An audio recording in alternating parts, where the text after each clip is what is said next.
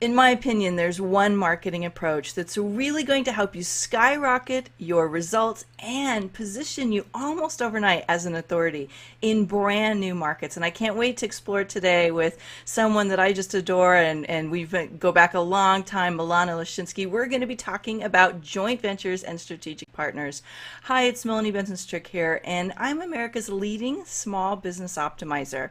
And what that means is my job on this planet is to help your business perform 10, 15, maybe even 25, or how about 100 times better while being able to put less effort in so that you can grow your profits, your impact, and I hope you'll be able to enjoy more of that lifestyle that we all started our business for in the first place. And this podcast is where I spotlight people who've optimized something in their business, or they have a strategy that'll help you optimize yours, or when we're really lucky, both. And today we've got one of those guests in store. So let me introduce you to my friend Milana Leshinsky. And, this is really, I think this is quite fascinating. Milana is a former music teacher from the Soviet Ukraine who turned her home business into a multi-million-dollar coaching and information marketing empire. She's created a series of valuable tools for coaches and entrepreneurs who come from all over the world, and we're going to talk specifically about one of them today, the JV Insider Circle, but she has put out different programs over the years that have just been blockbuster hits. So I can't wait to pick her brain and pull the curtains back and learn a lot more about Milana, because I've been watching her evolve over the years, and it's been really fun to see the different evolutions of Milana. So hello, hi. Hi Mel, how are you, Melanie? It's Good. funny because I know you, I've known you for many years, but I specifically thank you for bringing me on the West Coast for the very first time, because back in 2009, that was my first time ever on the West Coast in California, beautiful Laguna Niguel, and of course I fell in love with it. So As a matter of fact, I was looking around on your website as we were preparing for today, and I noticed one of your pictures that you use is yes, you at the Ritz Carlton with the beautiful coast background. I'm like, I recognize that picture. definitely. I It was loved those awesome. views, and it was just a great experience. Yeah, thank you. And that was our last time that we've actually seen each other in person. And I Yes. remember you telling me, we talk a lot about mindset in optimizing your business because it's such a huge part of what we have to optimize. But you conquered a fear coming out to the West Coast, didn't you? I did. I didn't fly for many years after I came to the States. I didn't really have to, and I kept procrastinating and postponing the trip on the plane in general. But to Hmm. fly to California was a big, big deal. So I'm happy I did that. Woohoo! Me too. I love when people conquer their fears and they just kind Yes. of face them head on and realize, Yeah. I you can remember I get was past coming them. onto the plane. I was saying, my first time in 20 years flying, my first time, and people just couldn't believe it. That's how I was saying hello to everybody. That's awesome. I love it. Well, let's just dig a little bit behind the scenes here. And, you started as a music teacher. It sounds like you developed some type of a home-based business, and then you just took off and created this multi-million dollar empire. What was the catalyst for you to start this phase of your business? Well, and when you say this phase, do you mean like the most successful phase or how I started in the In beginning? the information marketing world. Oh, okay. Yeah. So when I first quit my job, it was because I was really trying to stay home with my daughter. She was 2 years old at the time. I was really happy to take on some web design clients, which is what my specialty was. That was my profession. And it just took off. My plan was really to go back to work after she's older and is in kindergarten. But by the time she went into kindergarten, I was already making $250,000. So obviously, I didn't go back to a $15 an hour job, and it was just wonderful.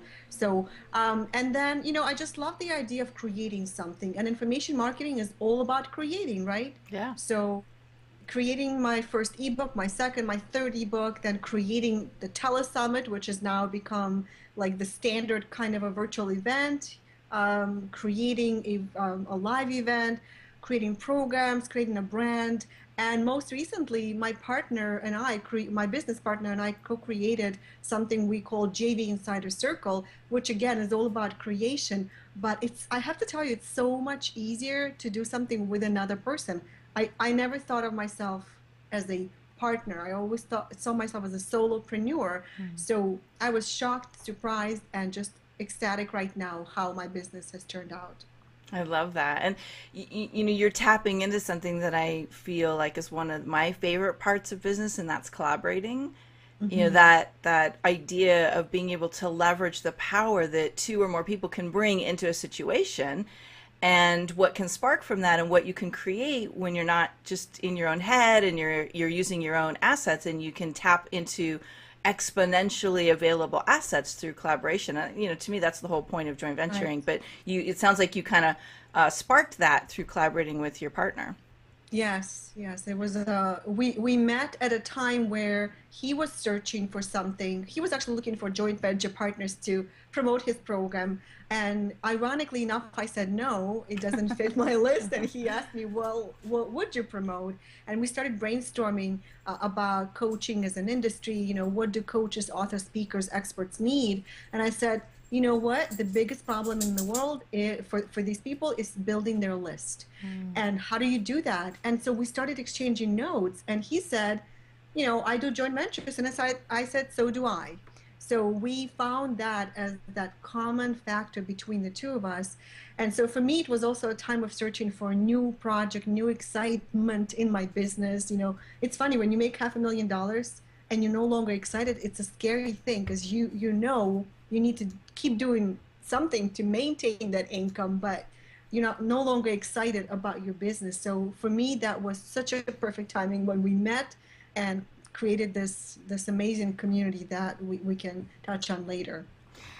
Well, you just said a bunch of stuff that it's almost like I could go down the rabbit hole on quite a few of them. But the one I want to pull out here and talk a little bit more about is a problem that so many coaches and online information marketers, and I think service professionals who are doing business online, it's like this is a common problem, and that is building a list and really being able to leverage that list well, because it's one of the best assets we have. So let's talk a little bit about how, say, joint ventures in general can help someone solve that problem if that's what they're facing. Hmm. Well, the whole point of a joint venture is it's a shortcut. We teach that, you know, whenever I talk about getting your first JV partner, think about what it takes for you to build that first, your mailing list to the first 500, 1,000 people. I remember I used to publish my newsletter every month. I would submit articles to gazillions of websites. I would just be doing so much. And then when social media started, I started doing more of that and blogging and forum. There's just a lot of things you can do. Search engine optimization, all designed to build your list. And then I did a single joint venture, and my list went from 2,000, which was what I had at the time, to almost 5,000 people. And I looked at it and I said, whoa, maybe I should stop publishing my newsletter. Maybe I should stop tweaking my search engine stuff. And I focus 15 minutes a day on finding and connecting with joint venture partners. So uh, people who already have a database of readers, of, you know, they have already an audience that they build a rapport with. So that's why we call it a shortcut, because we come in, they endorse us, or you know, they endorse our products or our story, and people immediately start, you know, you cut that trust building period by 80%, and now you just need to close, and that, you know, that's kind of the rest of the story. But it's a shortcut, and it works so well when you are in a specific niche market, which I always tell people to be in. You never want to be a generic expert, you want to be niched. So there you go. I mean, it's the ultimate shortcut to tap into someone else's audience that took them years to build. Yeah, and my first six figures came from doing two joint ventures. And I was like you, I had struggled and Of struggled and course. struggled, and you know, you try to do all the stuff, you're working harder and harder, and then one person who's already done a good job of building their community spotlights you, and it just like everything goes crazy. Yes. I actually from that first joint venture, I got clients for probably close to 6 years afterwards, just from that one first joint venture. Wow.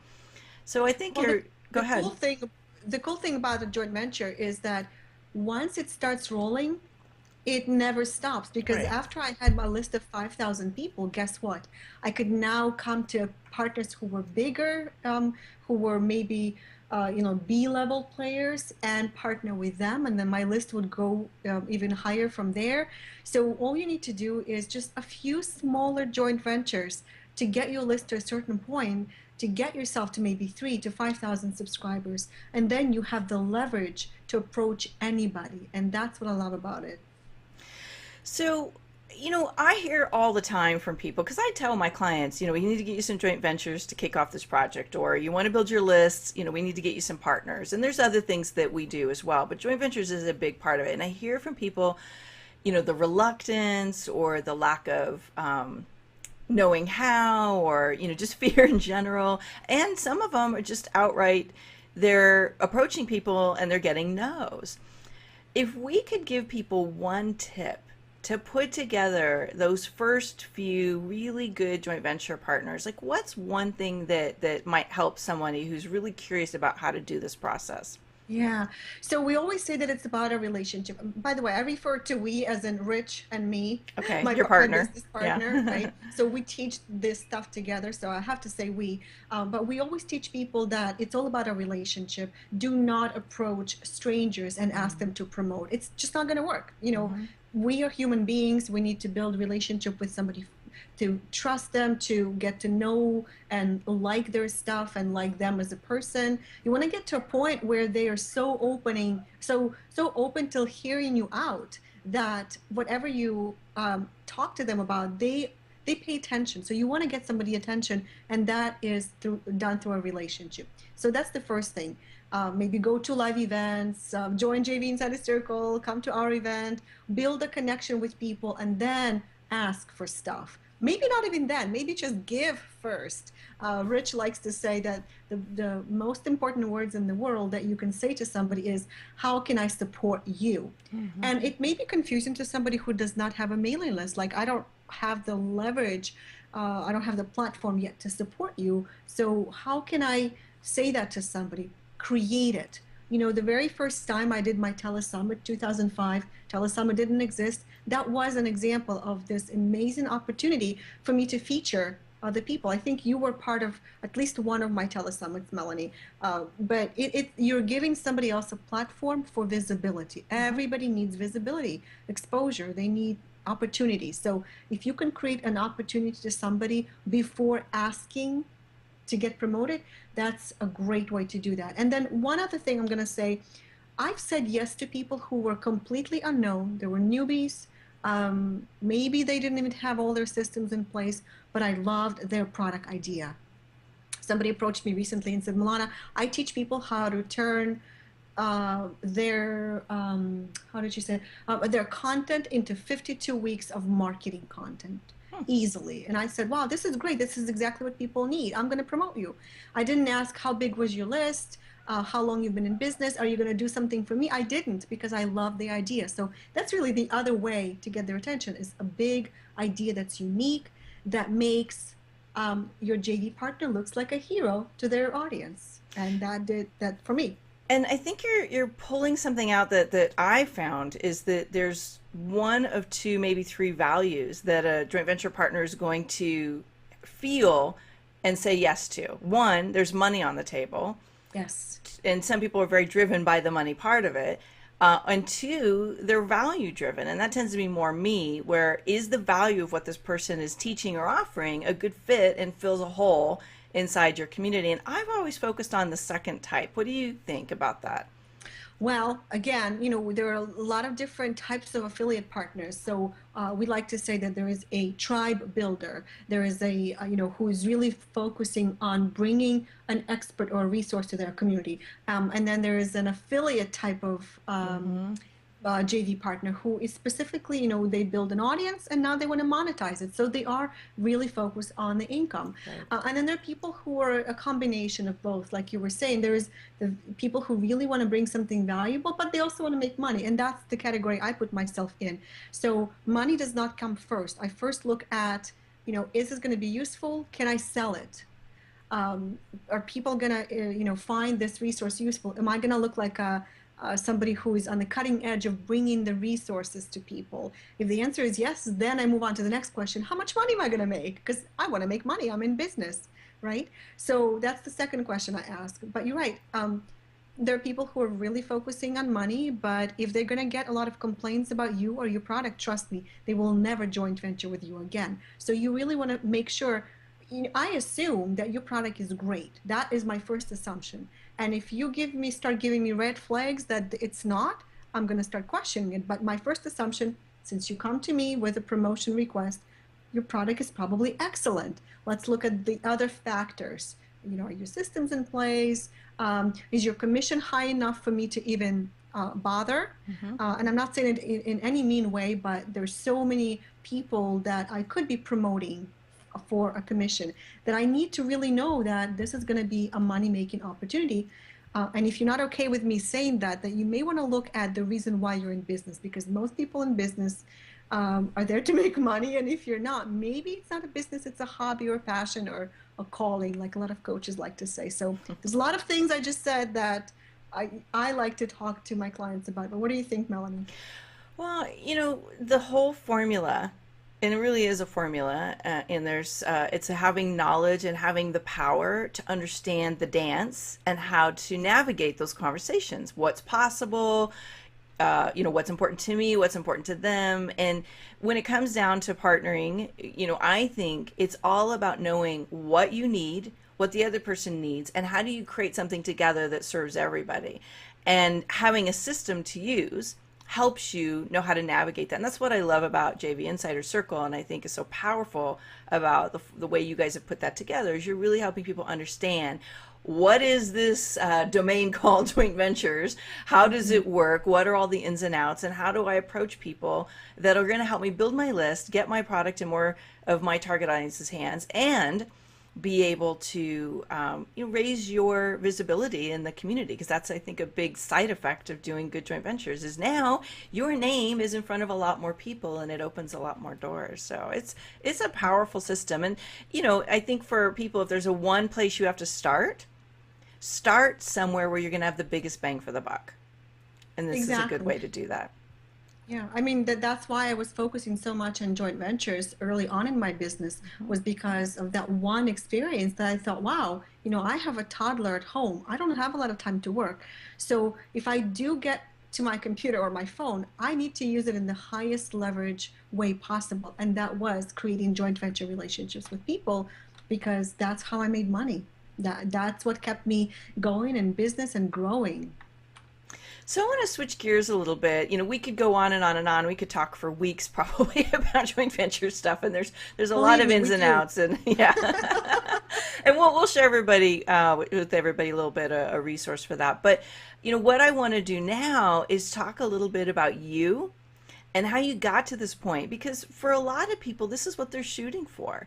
They want, and they might even envy what you've been able to create. So I thought we might pull back the curtains and give people a little bit more insight into how have you made this come together. What was some of the things that you've optimized, and maybe what were some of the failures that you learned from along the way. So I like to start with the failures because we've all had them.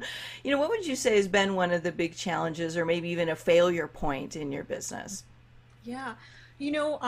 I didn't come from a corporate background. I graduated in the States as a web designer, and that was it. I worked for a few companies and then very quickly started my own business. So I didn't have an experience of ever hiring anybody. And I think Mm. that because I had no mental capacity, I would say, to just let go of some of the work, I ended up doing too much myself. And being a web designer, it sounds like it's helpful, but it was actually my crutch, because I would do all of my websites, Yeah. all of my designs. I even did computer programming on my websites to make the websites functional. And again, people think, well, that's easy for you to make money online. You know how to do this stuff. But I wish I didn't, because what happened was I had my fingers in everything in the technology of my business instead of the things that really made money. Unless you make your money by using technology, by servicing clients as a web designer, as a virtual assistant, as a computer programmer, there is really no need for you to learn all that stuff. There are people who will do it for a lot less money than your hourly rate. And when I came to find that out, or to really internally understand that, things started changing, started hiring people. But then what happened was I ended up with a team of 12 people, and I was still the bottleneck. of everything. And that's why I was so attracted to your trainings on team building and how, how do you really hire somebody and delegate the right things and keep them busy, but not busy without making money. Like, who do you hire first? All of that was to me quite a bit of a challenge today. And so I really believe in law of attraction nowadays, even though I'm not the most metaphysical or, woo-woo person, how they like to say. I really believe that I put out there something and then attracted to me. There are two things that I wanted in my business. I wanted to hire or to partner with a coach, somebody who loved coaching because I didn't. I love creating, I love marketing, but not coaching. And I wanted to have a general business manager who'd be on top of everything. He or she would find web designer, graphic designer, programmer, whatever we need to do, it would be done. All I have to do is come up with an idea and somebody else would implement. That was my dream. Hmm. Guess what, Melanie? That is exactly how my business looks like today. My Yeah. partner, my partner loves coaching, and I don't have to do the coaching. He loves it. His sister is our director of operations. She does it all, Hmm. and she has people under her that she hires. So it's really cool. And so the mistake or the lesson that I learned from my initial failure of not really having the right team is the fact that I wasn't clear on what is it that I was best at. And I wasn't willing to say to myself, Milana, you really suck at coaching people and you really suck at implementation and doing everything and working on multiple projects. And our director of operations is amazing. She has the whole back end of our business. And so being honest with myself and saying that you're only good with these two things, creating training products and marketing, allowed me to liberate myself from all the other minutia of the business. So that was kind of like failure turned into a biggest lesson learned, which is working out beautifully right now. I love that. Well, because I teach this, it's like Yeah. always exciting to hear people getting that part of the journey. But the fact that you realized there were parts of your expertise that if you focused on them, you could actually have not only the business that you wanted, but the lifestyle you wanted. And I think that's a major turning point for a lot of people. Yeah. One other thing I wanted to say in relation to the same issue is that as a business owner, you're going to work as many hours as you have available to you. I had an hour a day when my daughter Yeah. was little. I worked for just 1 hour. She went to school. I start working 8 hours a day again, or six, or whatever it is I had. So you're going to fill up your space. There's the principle, I forget, is it there's a principle where you're going to fill whatever available amount of space or time you have with work.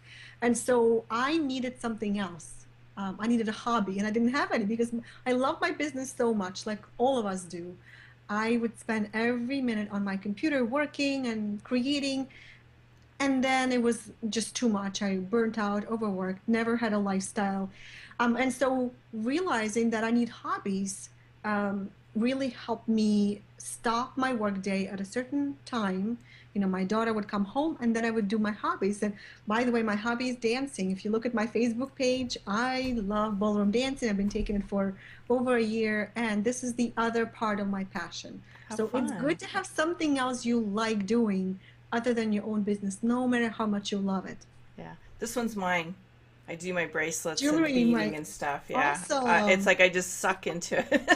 And when I've Right. had a really stressful day, it's nice just to kind of put your attention into something that's detailed, but not about making money. So I totally get Yes, that. I very love dancing cool. too. You're inspiring me. I think I'm gonna have to go back to that ballroom dancing idea because it's been on It's my a lot of wish fun. list for a while. Yeah. My kids always went like this when mom danced. So don't listen to your kids ever, ever, because they will be embarrassed of you no matter what you look like, how Exactly. how fat you are, or no matter what Right. your size is or your clothes is, and do what you feel passionate about. I love that. So, when we talked about having you come on the show, we were talking about how this is about optimizing, and you got really excited because there's something that you've recently learned how important it was to optimize. You want to talk a little bit about that and share why optimizing is so valuable in your business evolution? Well, I think it's all about figuring out what it is you need to do, that those minimal things that you must be on top of yourself, and then letting go everything else to either delegate, automate, or eliminate. Mm-hmm. So I've been doing a lot of that to optimize my business.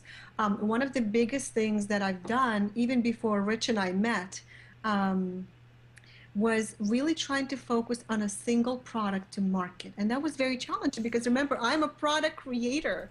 I punch out a product in my sleep. So I have like, I don't know, I mean, easily 30 products that I could be marketing. And that was overwhelming because I wouldn't market then any of them. Right. So when Rich and I met, I was really about to focus on one product line and say, this is it. I'm only going to be marketing this.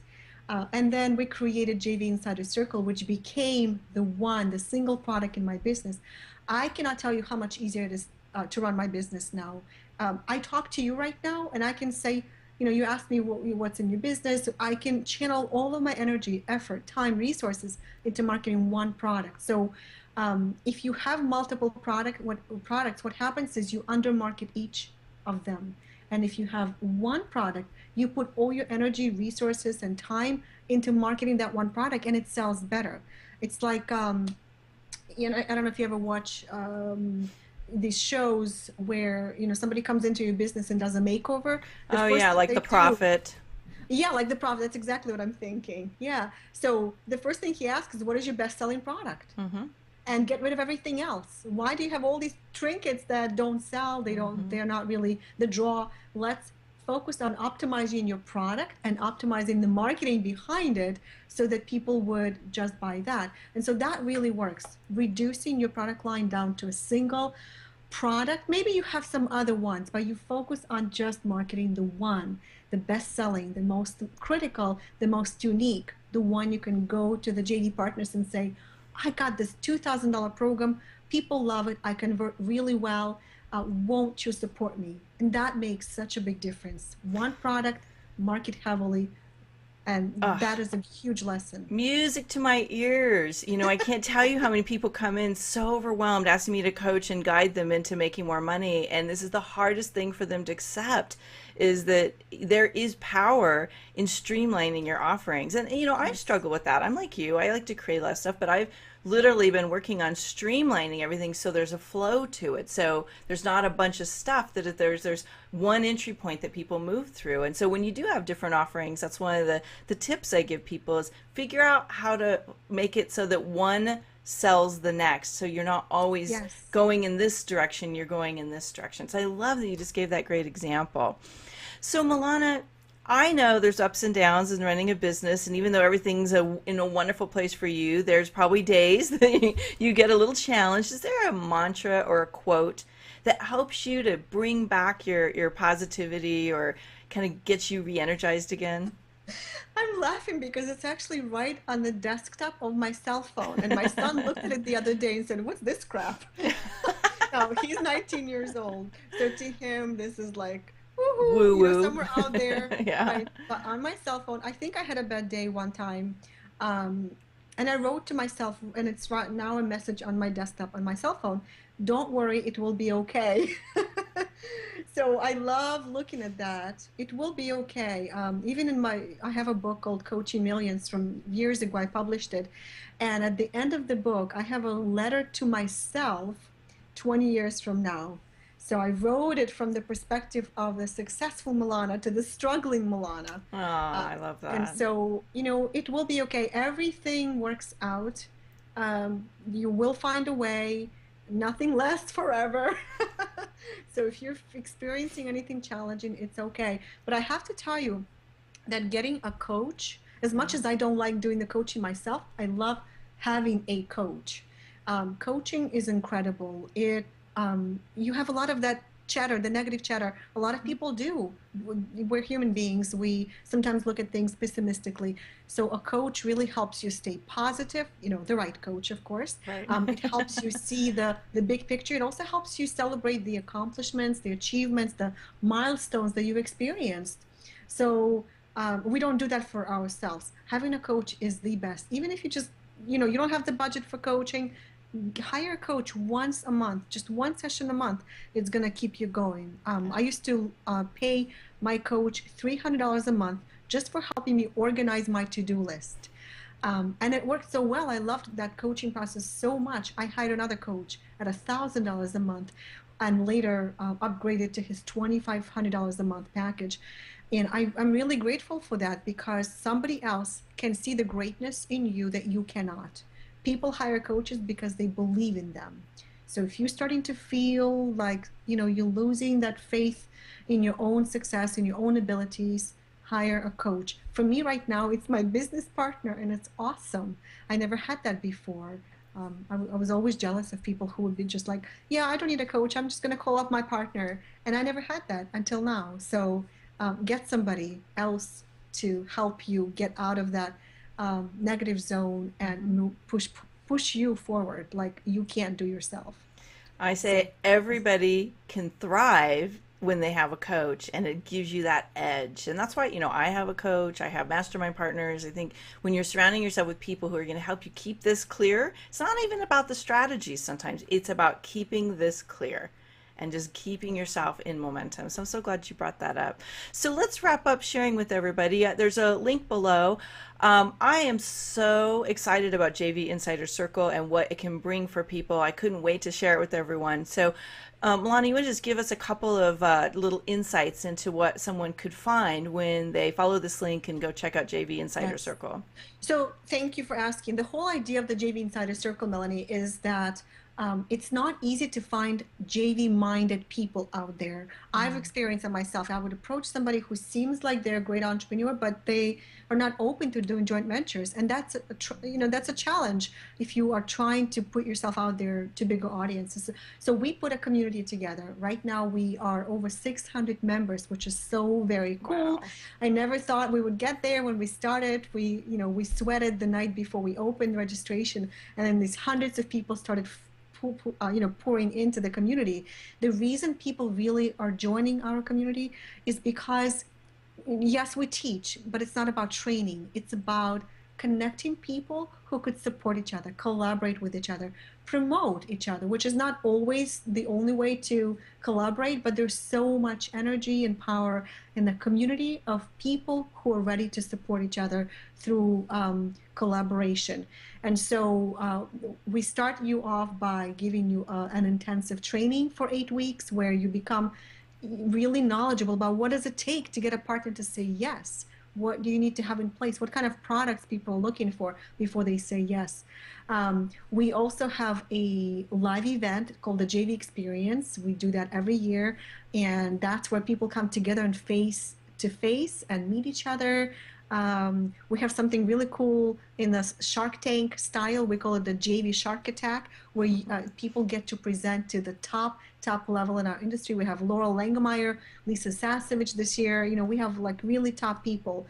And then we have an online database of JV partners. So you could literally key in the words that you're looking for, and a whole list of JV partners, potential JV partners, pop up on your screen. You can contact them and say, hey, I think we are in fit. Let's get on the phone and chat. And people are open to doing that, which is really cool.